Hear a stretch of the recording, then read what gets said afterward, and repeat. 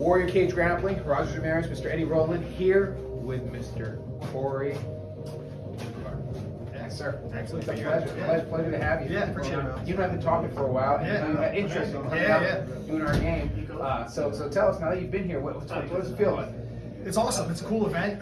Different with the cage. I've never done that before. I've had a couple different super fights and different tournaments, but it's all been just traditional on mat space. So the cage adds a different level, which made it interesting, and the gloves too. I've been practicing the last couple weeks wearing gloves, grappling, just to kind of get used to it. So how much did that change, especially the mouthpiece, the gloves, and up against the cage, over the wall over at Rising Tide, right? Yeah. So most of the training was like up against. Yeah, we did a lot of wall work the last couple of weeks, just to kind of get prepared for being in the cage and what that dynamic brings. Yeah, and Coach Mike Stewart had a big part in this stuff for you? Absolutely, yeah. Coach Mike and Alexander Romanoff. Oh, that's right, yeah. We train in the morning together.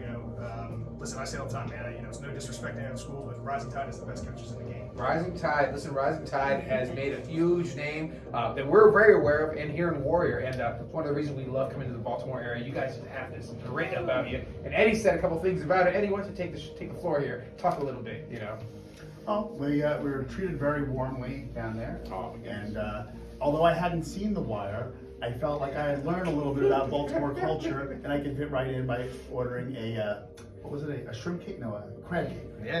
It's the only thing I know of. And Edgar Allan Poe. There you go. Yeah. So you're going to tell us a little bit about your background and some of the stuff you got coming up. Yeah, I got started in this relatively late. It was right before I turned 37. So I've been at it about 4 years now. I'll be 41 in May. I think I was the oldest one here on the card today. I was joking with my boys that I rode up with today. They had invited me to come so I could chaperone them.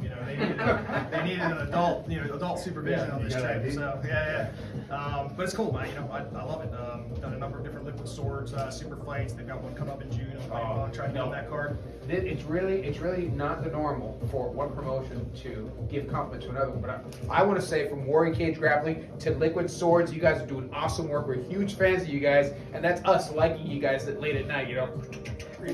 Now they do a great job. Yeah, it's been fun. They've been really fun to participate in. And so is this. This is a big race, my first one, but I enjoyed it. I'm so glad. And then what do you have coming up, like other combat sport-wise?